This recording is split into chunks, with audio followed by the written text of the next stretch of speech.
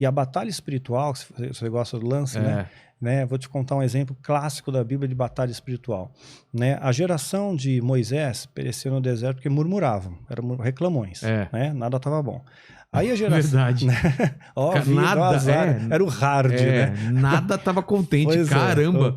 Os caras eram escravos lá no povo Egito. Emburrado, né, meu? Escravos, cara. A gente devia ter ficado lá. Eu falei pra você. Pois é, saudade do melão. Tal. Pois é. Aí eles estão dando rolê no deserto, tal, aquela geração morre, vem a geração de Josué. Mas também Moisés estava perdidaço lá também no deserto. Moisés não aguentava mais. Sabe que foi por isso? Sabe, Deus ele deu uma graça para Moisés, eu tenho certeza que foi isso, porque eu me vejo no lugar de Moisés.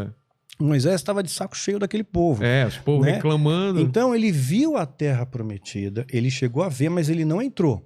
Deus então mostrou, olha, essa aqui é a terra. Pode ficar tranquila que Josué vai entrar, tal. Então, ora, fecha teus olhos. Fechou. E quando Moisés abriu, ele está no céu, ele está na Jerusalém Celestial.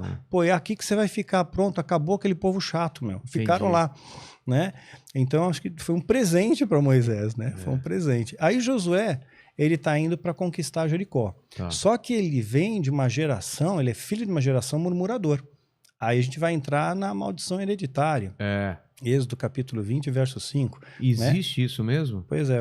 Eu pagar pelos pecados do meu pai, pois do é, meu avô? Eu vou te explicar isso. Então, tá lá. Visita a iniquidade dos pais, dos filhos até terceira e quarta geração. Então, Josué tá na linha de frente. Ele estava em qual geração? Na segunda geração? Ele já era a primeira, né? Era a primeira geração? Primeira, sim. Nasceu no deserto. Tanto é que ele vai ter que circuncidar aquele povo que não teve. Então, ele vai para a conquista. E Deus fala com ele, olha, não tenha medo, eu sou contigo e tal. Aí, o que Josué vai fazer? Tudo certinho, ele segue a cartilha. Santificai-vos, pois amanhã o Senhor fará maravilhas no meio de vós. Josué 3:5. Então, ele pede a santificação. Não adianta você ir para a batalha sem santificação. O diabo vai te rechaçar. Senão, ele vai te ver um monte de buraco em você, um monte de brecha em você, ele vai atacar. Aí, depois que ele busca a santificação, você inverte o dígito, né? Josué 3:5, Josué 5:3. Aí ele vai circuncidar toda aquela geração que nasceu no deserto. Não nasceram no Egito e saíram circuncidados. Eles nasceram, então não tinham circuncidados. E era importante a circuncisão porque fazia parte da aliança. Então eles se alinharam com os valores de Deus. Depois que ele se alinha, Josué capítulo 5 ainda, aparece um anjo para ele. No momento ele não entende que é um anjo. Ele fala, você é dos nossos ou é dos nossos inimigos, né? Na boa, é uma pergunta idiota, porque se fosse do inimigo, tomava uma espadada já e ficava esperto, né? Mas ele perguntou, é dos nossos ou dos nossos inimigos? Ele fala, não, eu venho como príncipe do exército do Senhor. Ele é um príncipe, né? E ele está com espada desembainhada na mão, ou seja, ele está pronto para a guerra. Se o príncipe do exército está lá, o exército está junto dele. Ele não está sozinho. Josué, nesse momento, conquistou algo que a gente chama de autoridade espiritual. O mundo espiritual se mobiliza a favor de Josué. Só que tem a legalidade. Esses daqui, essa geração, é filho de uma geração murmurador. Eles vão murmurar. Então, o que Josué faz? Josué 6:10. Vocês não vão falar nada. Não sai palavra alguma de sua boca até o dia que vos diga gritai. Aí você grita.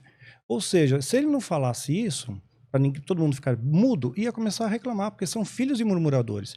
É o pecado hereditário. Você imita o pai, o filho imita o pai. O pai é alcoólatra, o filho é alcoólatra, sim. O filho do filho. Pai é mentiroso, o filho é mentiroso, né? E acontece isso muito, né? Acontece, é o pecado hereditário. Aí, imagina só, a primeira volta, a segunda volta, na terceira ia começar a murmuração. Pô, tá doendo minha joanete, é que você não viu como é que tá meu dedo encravado. Começaram a reclamar, mas não reclamaram. E aí trouxe vitória. Aí ele transformou aquilo que era maldição em bênção. Detalhe, que a gente se pauta em Êxodo, né, capítulo 20, verso 5. Visita a iniquidade nos pais, os filhos até terceira e quarta geração. O texto continua. Mas eu também visito até 1000 gerações daqueles que fazem a minha vontade. Ah, tá. Ele continua. 1000 gerações que fazem a minha vontade. Então vamos pensar que 4, é 3 a 4? Vamos pensar 4 é a vontade de Deus de te amaldiçoar. Né? E por que 1000... Deus amaldiçoa alguém? Pois é, você vai entender agora. Ah, tá. Né? Então, vamos supor que 4 fosse a vontade de Deus de amaldiçoar. Tá. E 1000 a vontade de Deus de te abençoar. Né? Se você transformar isso aqui em matemática, Deus ele quer te abençoar 99,6% e te amaldiçoar 0,4%, não é nem 0,5%, e você retém 0,4%, porque dá dinheiro.